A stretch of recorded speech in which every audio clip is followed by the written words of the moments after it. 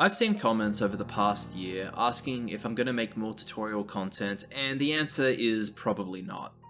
In summary, I no longer get satisfaction out of making tutorial content. If that's all you subscribe for, then thank you for your past viewership.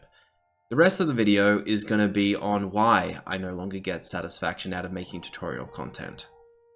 Reason 1. The Godot community is a lot larger. When I first tried Godot back in 2017, there was almost nothing in terms of tutorial content, and I got filtered.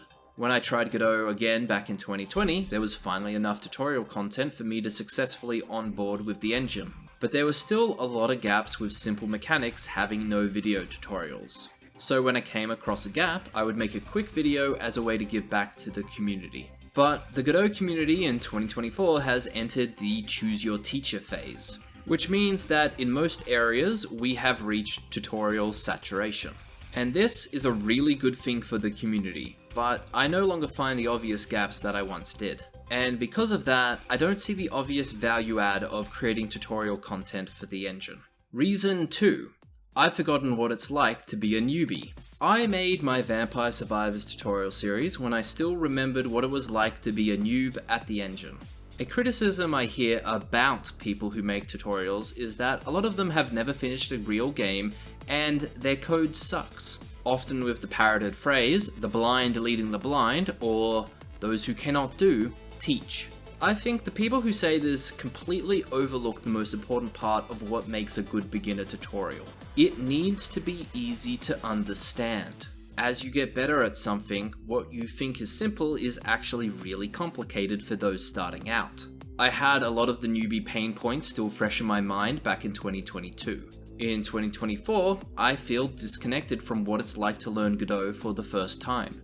I could still teach how Godot works, but I now struggle to empathize with those learning how Godot works. And to me, there is a major difference. Reason 3. I've already completed my tutorial magnum opus.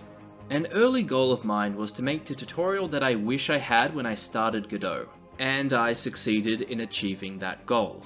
The satisfaction came from the novelty of discovering what actually goes into making a large tutorial series. But once the novelty was gone, any attempt of making a larger tutorial just doesn't feel fun or enjoyable for me. Reason 4.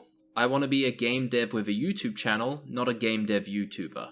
Having gone hard on YouTube for 3 months making the Vampire Survivors tutorial series, I realized that this YouTube channel is something I want to keep as a hobby. I get more satisfaction making games than making game dev content. I love game dev and I want to create content that shares my passion for game dev, but it has to be content that I genuinely want to make. I've seen too many game devs on YouTube get derailed by audience growth, and I don't want to be one of them. The idea of becoming a full-time game dev YouTuber making a mid-5-figure salary just isn't appealing to me. I am playing the long game, and that means ensuring that I continue to make content that motivates me to want to make more content.